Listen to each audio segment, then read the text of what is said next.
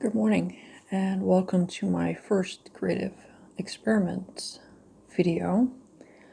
I'm going to start with a piece of printer paper and some charcoal, and I don't really have a plan. I got some stuff from my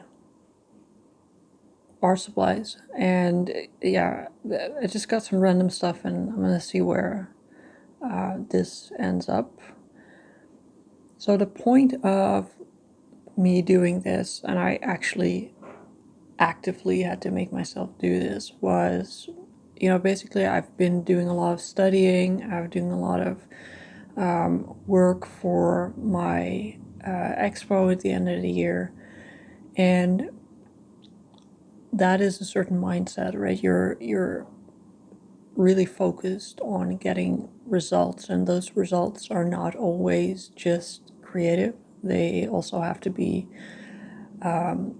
adequate, basically. So even in the evenings, I would do preliminary sketches. It was very difficult for me to break away from that mindset of having to perform and having to perform at a certain level. So at some point I was thinking about, a couple of years ago, when I would just sit on the floor of my studio and grab some stuff and basically do what I'm doing now, just do stuff and see where it ends up.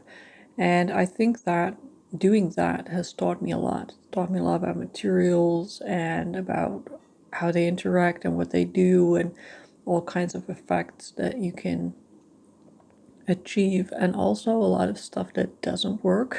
So you know what doesn't work, right? That's pretty important information to have. And I realized I hadn't done that in a while, and that maybe I had to make an effort to do that. So maybe you don't relate at all to what I'm saying, or maybe you do. And if you do, by all means, you can watch this video and then see what inspires you. Or you can join me, whatever you want. But either way, it is a good way to focus purely on, interacting with your materials and interacting with things that come up. Okay, so I have some random stuff now here and on this piece of paper, and I'm gonna transfer it to a gel plate. And this is the second time in my life that I've used this gel plate. I don't really know how it works, but I recently saw a video short by Jerney Marisha, that you probably know. If not, link is down in the below in the description. She has awesome videos about working with gel plate and other stuff, and she did a charcoal transfer. Now, I had no idea you could do this, so I was like, okay, I love this. I want to give it a try. So basically what we're doing is you're transferring the charcoal to the gel plate, and then you put a little bit of paint on. I have a jar of gesso that I had left over. You can use a brayer, but I really, really hate cleaning brayers, so I'm not going to get one now. I'm just going to apply it with a brush. And I'm trying to take a little bit off the edge, because I don't necessarily want the rectangle shape of the gel plate on my paper. Okay, my gel plate is not that big. They're quite expensive, so I figured while I'm trying this out, I might as well just get a smaller one. I'm just gonna try and break up those edges a little bit more.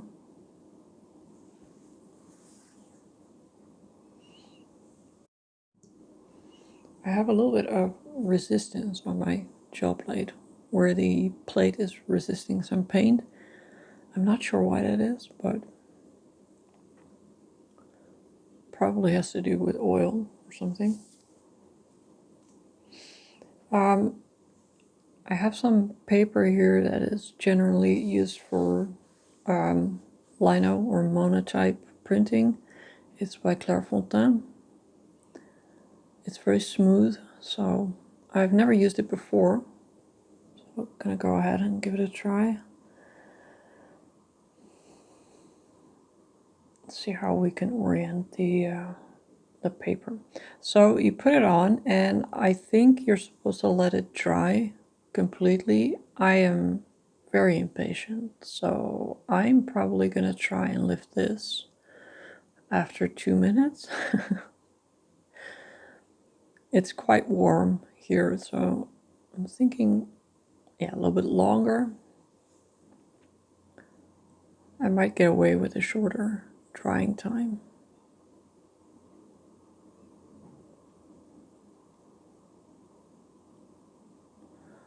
Okay, let's take it off. That looks great.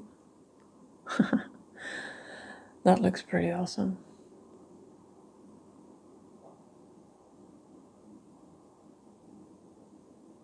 Yeah, it's nice.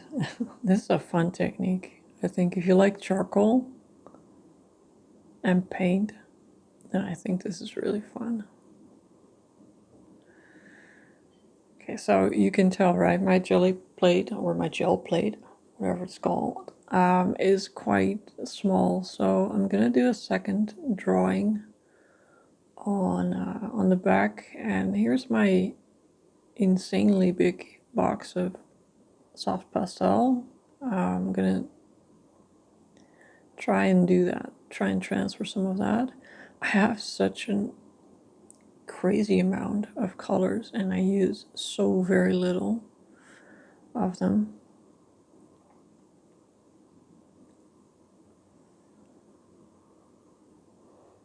I'm gonna start off with the charcoal again.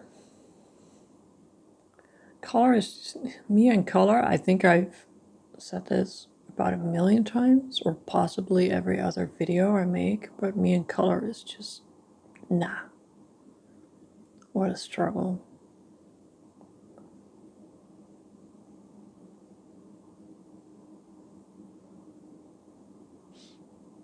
I don't really know if this is gonna transfer the same way that charcoal does.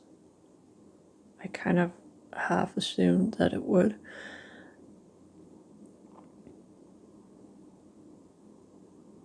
I could have looked it up, of course, but I feel like when you start looking up this stuff, you get stuck in this YouTube algorithm hole where you're watching one video after the other, and then you get 10 more recommended, and all these videos are great. I mean, I love it, but they influence, of course, your creative process at the moment that you're watching it. And I felt like if I was gonna start watching stuff now, then I'm gonna really focus on that. How am I supposed to do things right again, instead of just giving it a try? Because honestly, what's the worst that can happen? What if the soft pastel doesn't transfer? So what, right?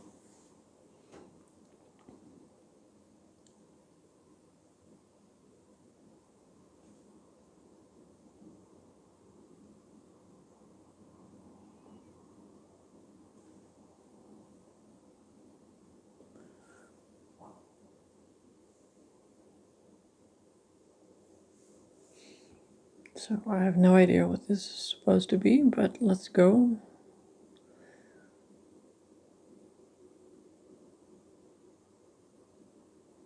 I think you have these tools that allow you to put the paper on the same way every time, but I'm not using that now. I'm just sort of guesstimating how it's supposed to come out, and I think my drawing is actually a little bit bigger than my gel plate. It seems to transfer to the plate, so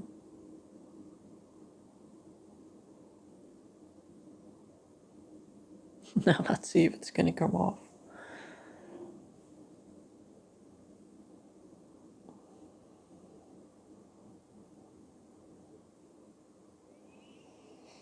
Yeah, so the pastel is dissolving a little bit into the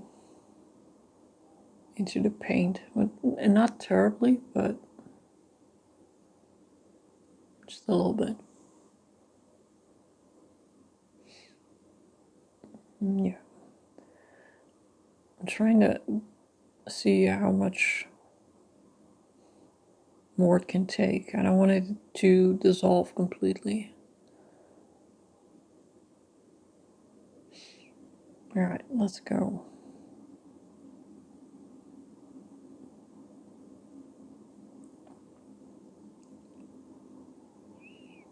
So I'm gonna let this dry the same amount of time, I think, as the previous one.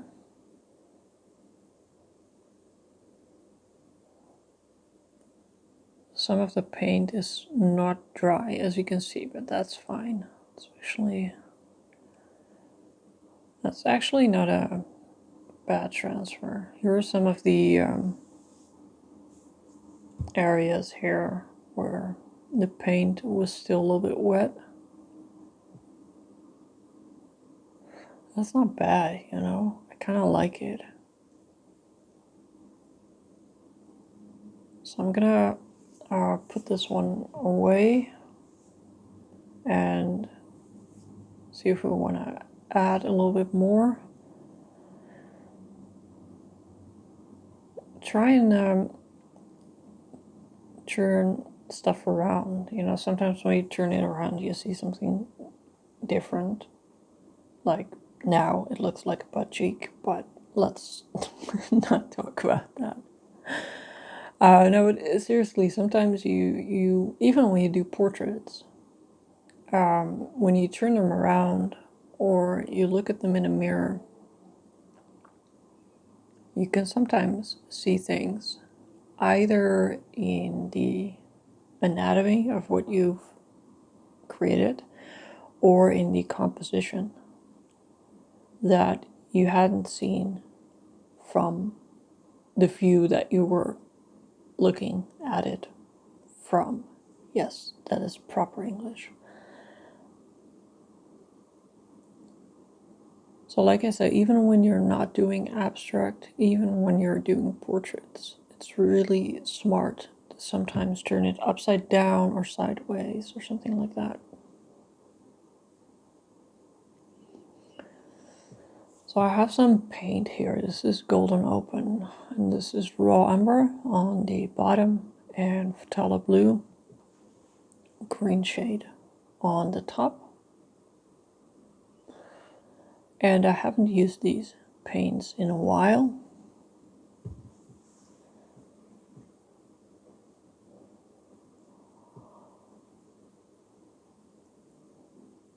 So what I like about Golden Open, sometimes, not always, is that they are always a little bit transparent.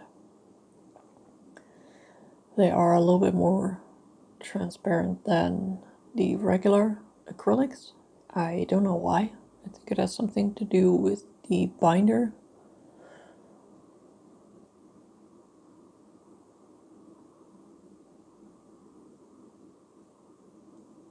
But in some cases, that is a really nice characteristic to work with.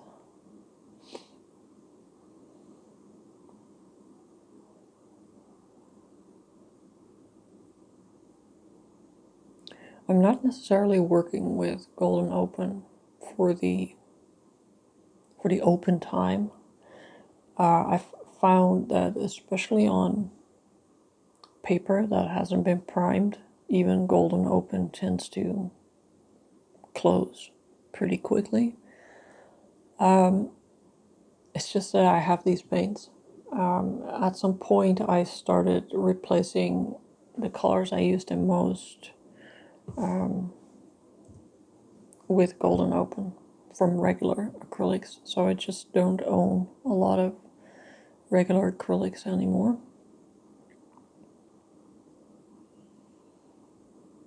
And then recently I started working more with oil paints, so now my poor open acrylics are left unused.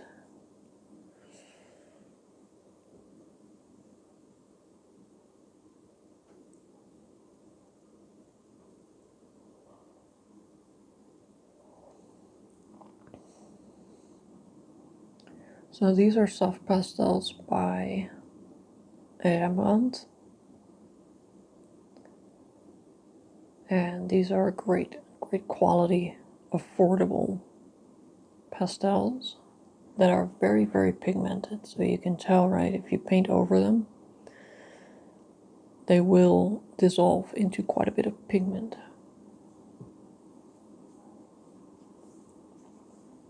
I'm trying to avoid here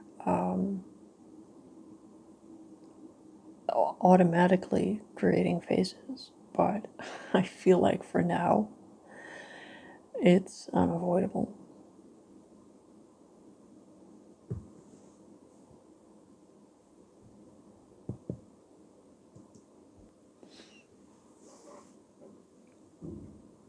It's funny how you automatically just, I don't know, it's not like I automatically see faces, but it's more like my brain assumes that whenever we're going to do art, it's going to be a face.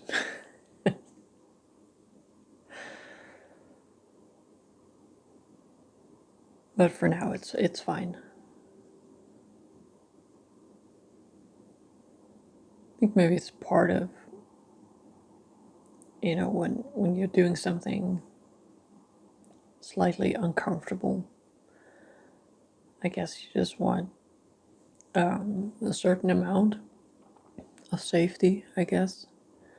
And yeah, faces are it's what I do. So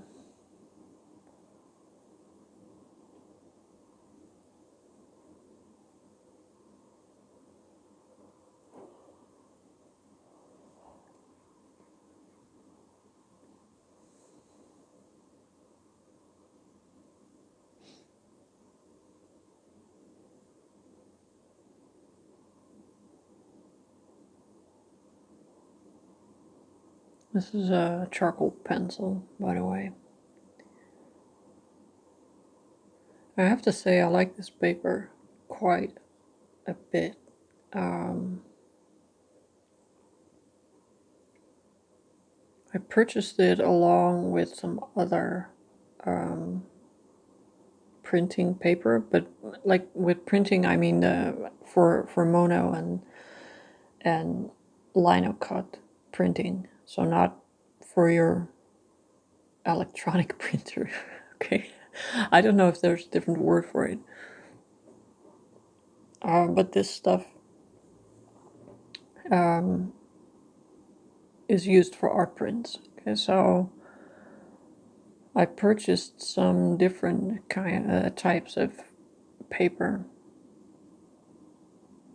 to use either with a gel plate or with, I have some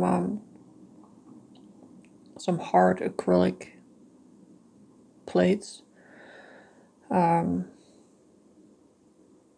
can also transfer paint.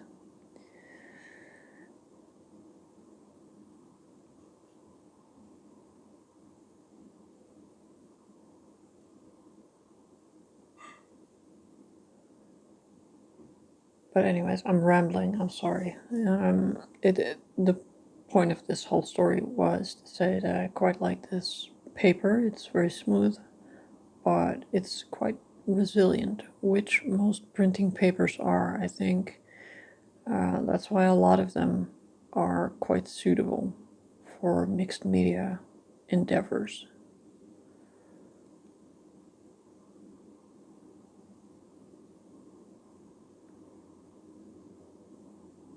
So let's try and add a little bit more warmth.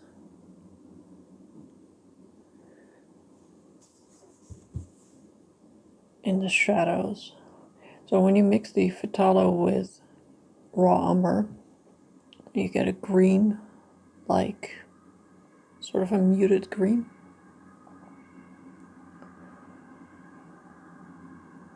And then when you go into the warmer tones, you mix those in with Phthalo, you get either very dark blues or the darker, more muted reds. Okay, I have a mixing video. I will link it in the video and down below in the description. That mixes Phthalo blue with burnt sienna. Okay? Most of the time, burnt sienna is a different pigment than the transparent red iron oxide. Yes. But I do know that the pigment used for red iron oxide, which is PR101, is in some brands also used for burnt sienna. So they're very similar. They're not the same, but they're very similar. So the mixing video mixes Phthalo blue with burnt sienna, but that is very easily replaced with transparent red iron oxide if that's what you have. And you can get a nice array of different temperatures between these two pigments that I think are quite suitable for portrait sketches. The only downside to this palette is that when you go into the darker skin tones, maybe they become too green. Okay, so maybe you want to add a burnt umber to get more warmth in the darker valued skin tones. But anyways, if you want to see my swatches, then you can go to the mixing video. And if you don't have to watch the whole video, you just scroll to the end. You can see all the swatches that I made with that palette.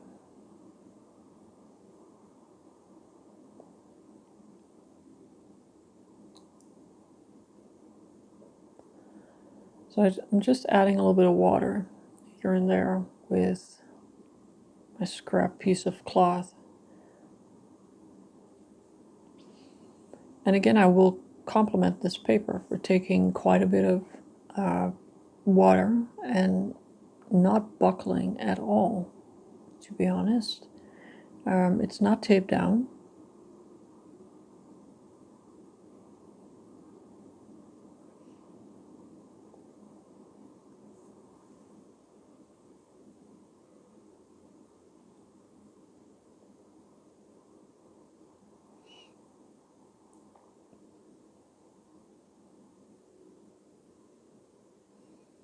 So I think we've pretty much established the face here by now, which is fine. You know, the whole point for me was to try some new things, just maybe even just new movements, right, of the arm, of the hand. And I don't have any issue with abstract art, but I've never really been drawn to it to do it myself, as in for some reason I don't see myself in it.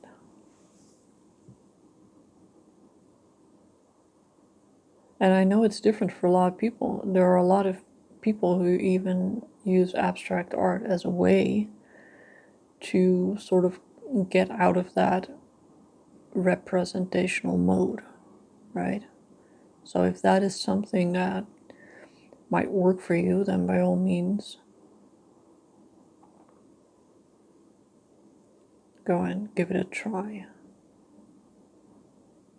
I think the great thing about abstract art is that you're not necessarily expecting to see a certain thing or an object or a person in it.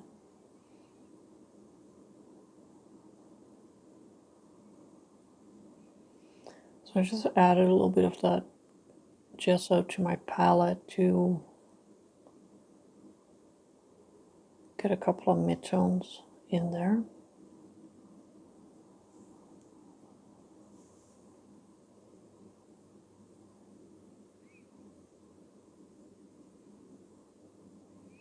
I'm trying not to overwork it. I'm also trying not to overwork myself too much. As in, I feel like I need to stop at the point where I stop experimenting and start creating a finished portrait. If you get what I mean. The whole point of this was to avoid going into finished portrait mode. So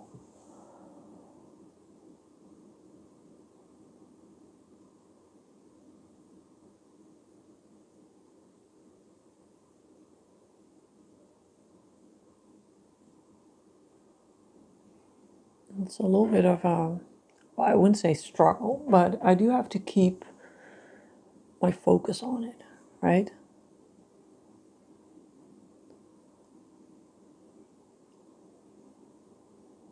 To not start making safe choices again. And I know this all sounds very, maybe sounds very complicated, but this is actually quite fun. I kind of like it. And I feel like even over the past couple of years, maybe I've gotten a little easier on myself where, yeah, I'm thinking maybe if it's not, if the experiment is not experimental enough this time, then, you know, there is a next time and the next time. So yeah, that's me going easy on myself.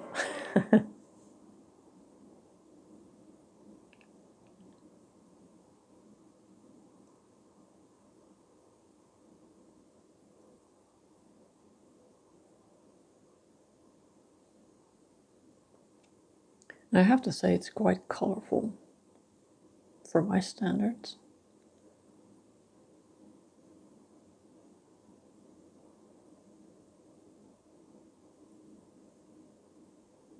I've been working in my oil painting, I've been working mainly with a very muted palette. So this is also a nice break from that. Like literally my most saturated color in my current palette, I think, is burnt sienna or something. So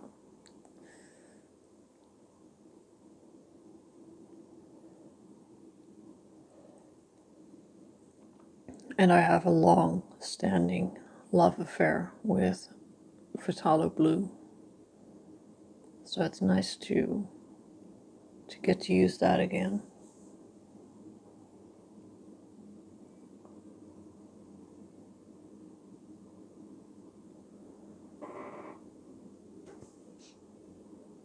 I'm just adding a little bit of pastel. It creates nice texture, but it also changes the tactile experience. Applying pastel is a very different way of, yeah, touching your surface than when you use a brush.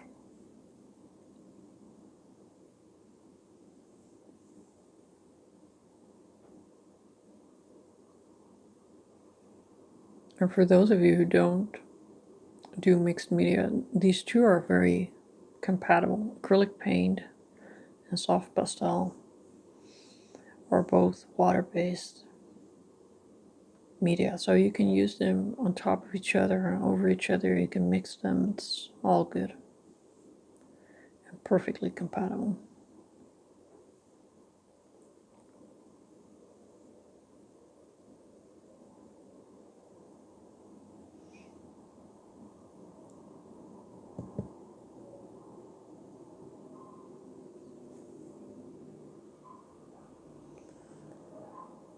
So I do feel like now I'm starting to nitpick a little bit into the,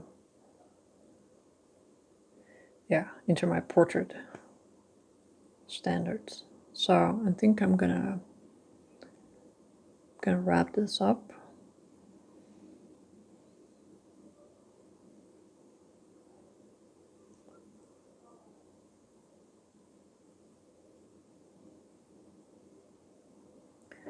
and I quite like it. I had fun, I think, and I feel like if I can make this a habit again, then it really helps to find, to add a little bit of fun back into your art routine next to all the serious stuff that is going on.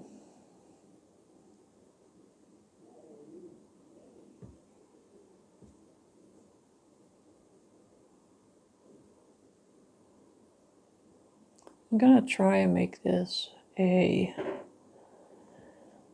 regular video series here on YouTube.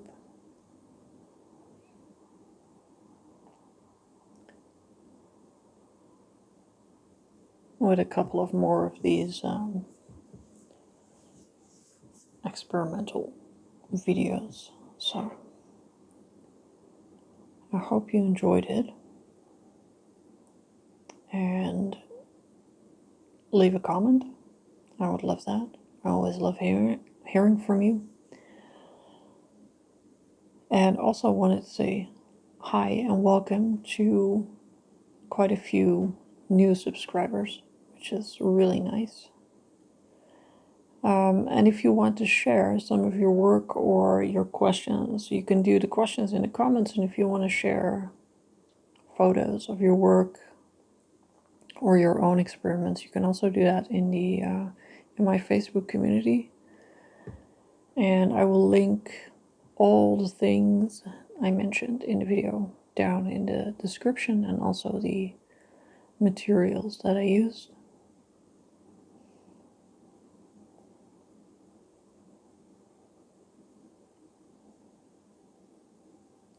And I think I'm going to call this one done.